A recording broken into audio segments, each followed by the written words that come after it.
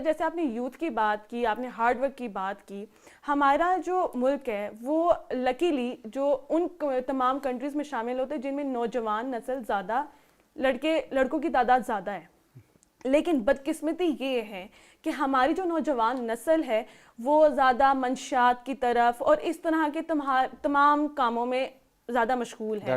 آپ ان کو کیا ایسا میسج دینا چاہتے ہیں, آپ اس کی وجہ کیا ہے؟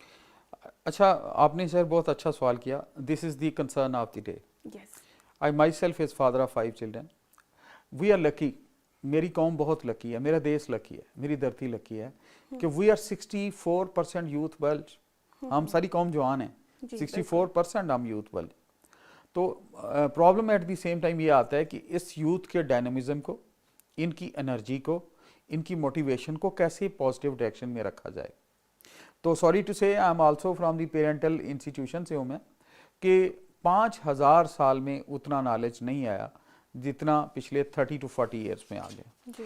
تو اگر یوتھ, آج کی یوتھ کے جو کنسرن ہیں, جو میری ایج کے لوگ ہیں, جو نیکسٹ ڈیکیڈ کے لوگ ہیں, پچھلی جنریشن ان کی پرابلمس کو انڈرسٹینڈ نہیں کر رہی. جی بالکل. یوتھ جو ہے وہ آئی ٹی ایج ہے, گلوب ایج کی یوتھ ہے. جو ہم لوگ ہیں we are a but, I mean we are a step behind you. میری یوتھ کے پاس ایموشنل انٹیلیجنس ہے, میری یوتھ کے پاس وائبرینسی ہے, بہت ٹیلنٹ ہے. اگر میں quality, they are matchless qualities, میں اپنے آئی کانٹ کاؤنٹ ڈاؤن. تو جو ایلڈرز ہیں, that in once I say elders mean parents and teachers. they need to know and they need to understand the requirements of the youth. For example, میرا بیٹا چاہتا ہے کہ میں اسے گپ لگاؤں, میں اس کا دوست بنوں, اس کا فرینڈ بنوں. تو I need to be on that page. مجھے اس کے ساتھ اس فریکوینسی پہ آنا پڑے گا کہ میں اس کی ضروریات سمجھوں, نہ کہ میں یہ آج سے 40 سال پرانے کنسیپٹ لے رہا ہوں کہ میں نے اسے بڑا برہم رکھنا ہے, میں نے جب بات کرنی ہے اسے اوے کر کے کرنی ہے, جب بات کرنی ہے تھپڑ کی لینگویج میں کرنی. دس آل از ناٹ دیئر. یوتھ جو ہے بڑی ڈیمانڈنگ ہے, they want logic, they want motivation, they want friendship.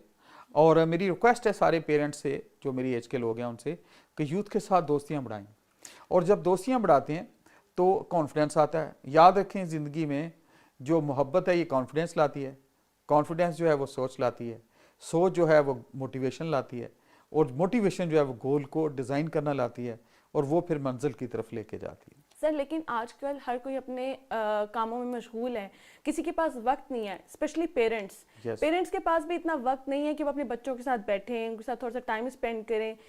Parents کو کتنا سنجیدگی سے لینا چاہیے اس چیز کو؟